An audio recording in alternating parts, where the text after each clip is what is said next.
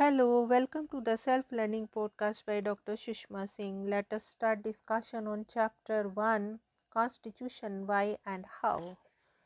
And we are going to discuss procedures.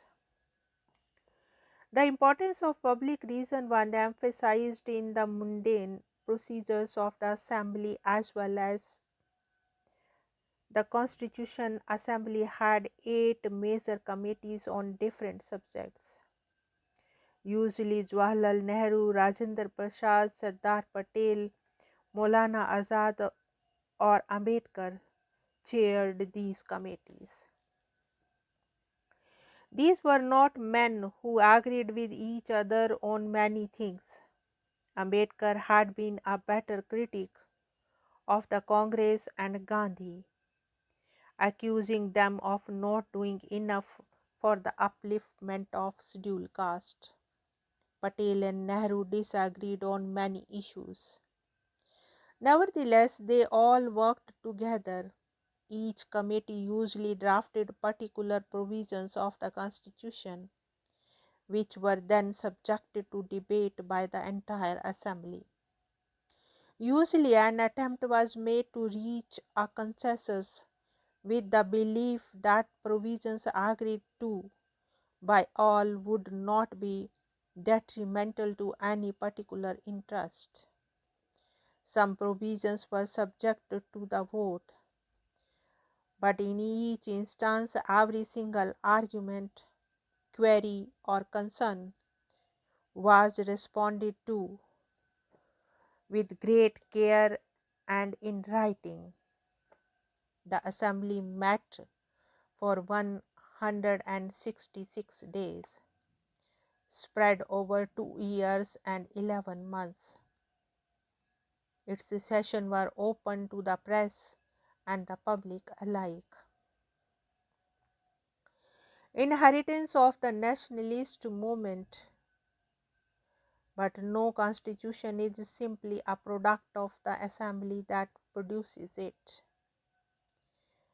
An assembly as diverse as the Constituent Assembly of India could not have functioned if there was no background consensus on the main principles the Constitution should enshrine. These principles were forged during the long struggle for freedom. In a way, the Constituent Assembly was giving concrete shape and form to the principles it had inherited from the nationalist movement. For decades preceding the promulgation of the Constitution, the nationalist movement had debated many questions that were relevant to the making of Constitution. The shape and form of government India should have, the values it should uphold, the inequalities it should overcome. Answers forged in those debates were given their final form in the Constitution. Perhaps the best summary of the principles that the nationalist movement brought to the Constituent Assembly is the objectives, resolutions, the resolution that defined the aim of the Assembly, moved by Nehru in 1946. This resolution encapsulated the aspirations and values behind the Constitution. What the previous lesson terms as substantive provisions of the Constitution is inspired by and summed up by the values incorporated in the objectives resolution.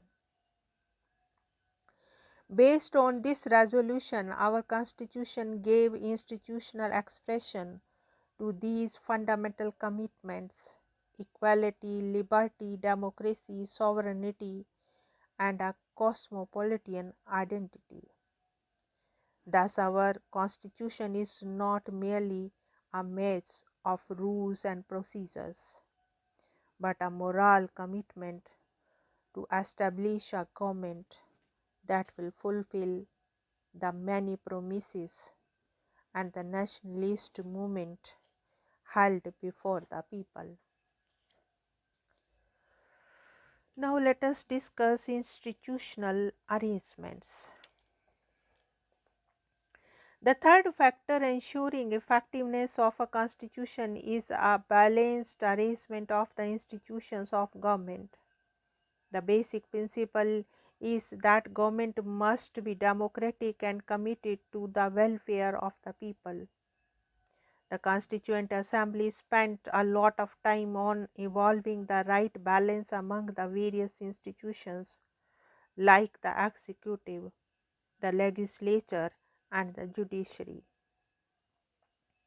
This led to the adoption of the parliamentary form and the federal arrangement, which would distribute governmental powers between the legislature and the executive on the one hand and between the states and the central government on the other hand. While evolving the most balanced governmental arrangements, the makers of our constitution did not hesitate to learn from experiments and experiences of other countries. Thus, the framers of constitution were not averse to borrowing from other constitutional traditions. Indeed, it is a testament to their wide learning that they could lay their hands upon any intellectual argument or historical example that was necessary for fulfilling the task at hand. So they borrowed a number of provisions from different countries, but borrowing these ideas was not slavish imitation, far from it. Each provision of constitution had to be defended on grounds that it was suited to Indian problems and aspirations.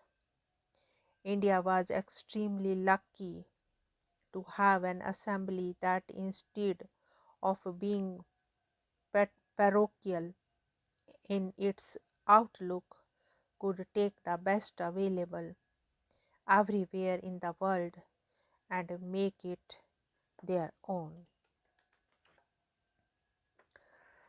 Now let us conclude the chapter.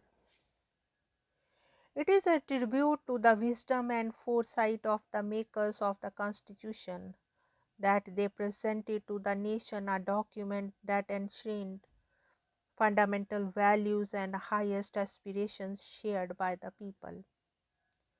This is one of the reasons why this most intricately crafted document has not only survived but become a living reality when so many other constitutions have perished with the paper they were first written on.